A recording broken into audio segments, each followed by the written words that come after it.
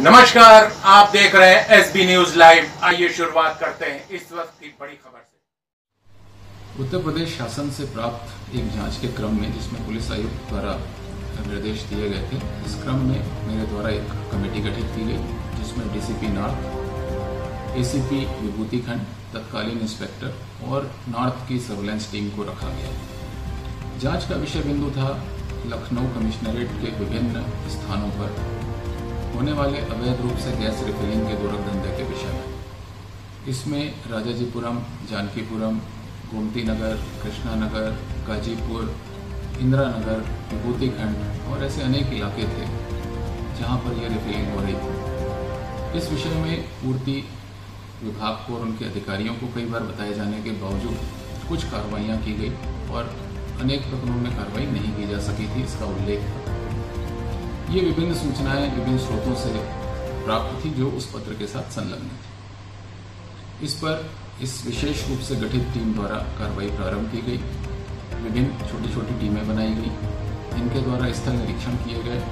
अवैध रूप से रिफिलिंग करने वाले लोगों की जानकारियां और उनके दुकानों की जानकारियां की गई। साथ ही कुछ हॉकर्स को ट्रेस किया गया, किस तरह से वो सिलेंडर ले जाते हैं, कहाँ पर उतारते हैं। जब इस तथ्य की पुष्टि हुई कि ऐसी कार्रवाई हो रही है और अनेक स्थानों पर अवैध रिफिलिंग के धंधे संचालित हैं, जिसमें ये कमर्शियल या घरेलू गैस सिलेंडर से छोटे सिलेंडर्स में 5 किलो 2 किलो सिलेंडर्स में ये गैस भरते हैं और इसमें इनका प्रॉफिट होता है। इस सूचना को भौतिक रूप से और डिजिटली इलेक्ट्रॉनिक सर्वेलेंस के माध्यम से और विकसित किया गया और फिर इसमें ईस्ट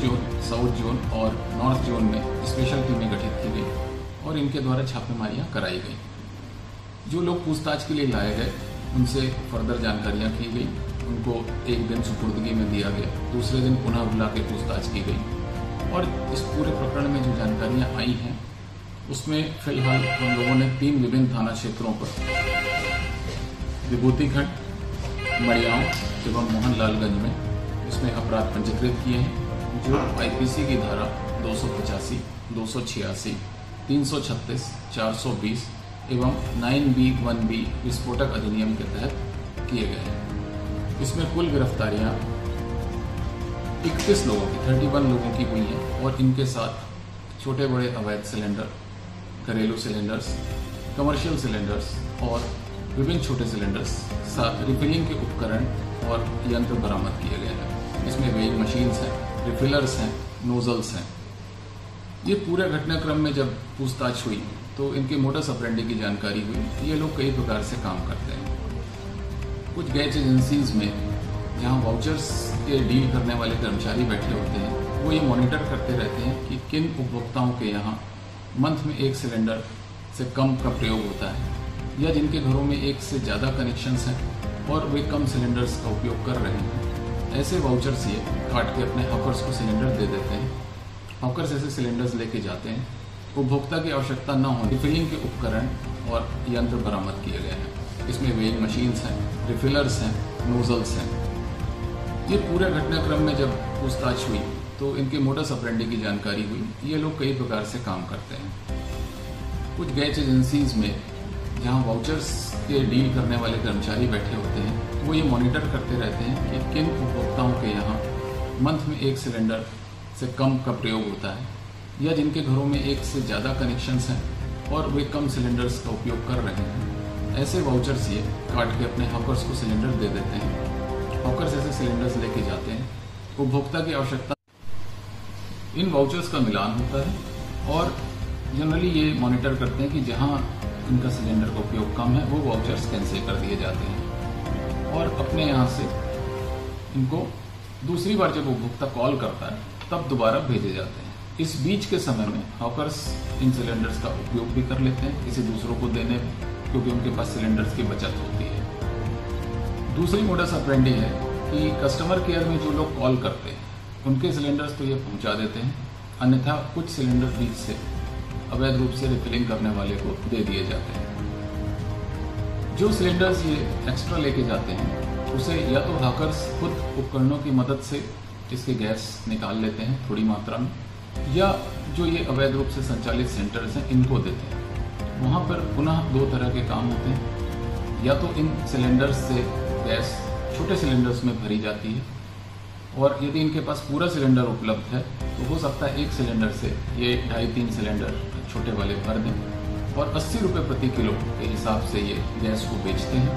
तो एक पूरे सिलेंडर से इनको लगभग 250 रुपये के आसपास लाभ हो जाता है।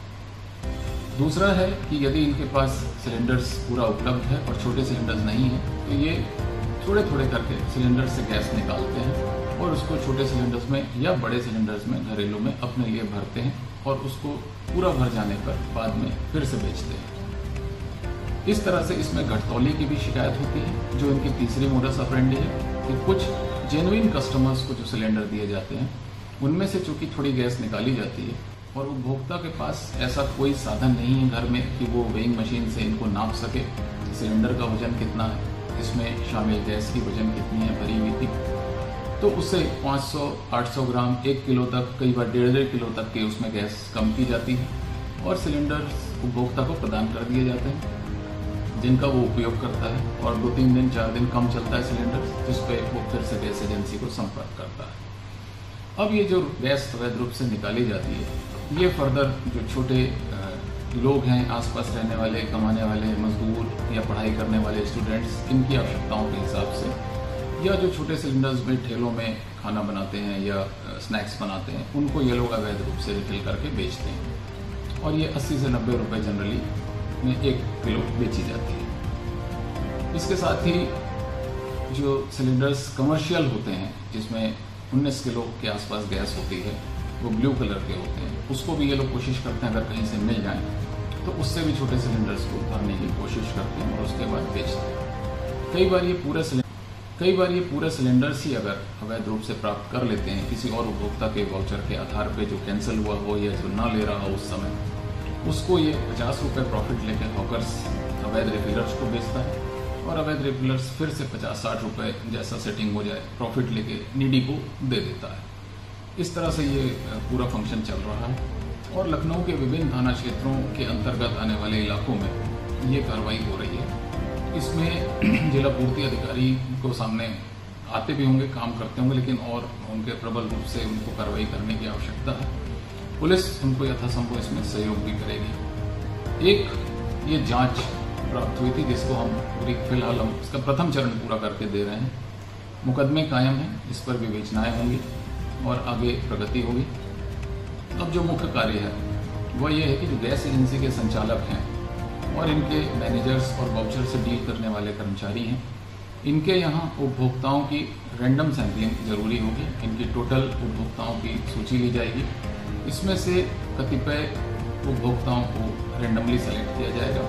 हॉकर्स के साथ उनके घरों में जाकर पूर्ति अधिकारी व पुलिस की टीमें इनको चेक करेंगी और उनसे प्राप्त होने वाले सिलेंडर्स और दिए जाने वाले पैसों के बारे में जानकारी करेंगे। यदि ये सारी सूचनाएं मिल जाती हैं, जिनका मिलान हो जाता है, तब तो वो गैस एजेंसी संचालक इसमें उसको क्लीन चिट दी जा सकती है।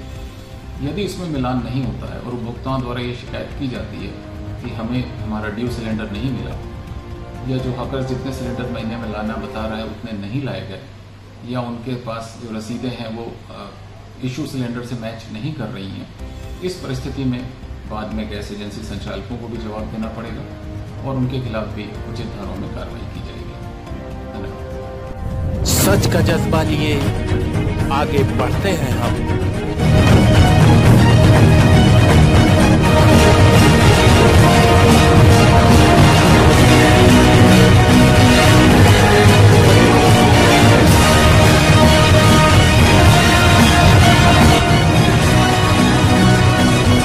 सही बात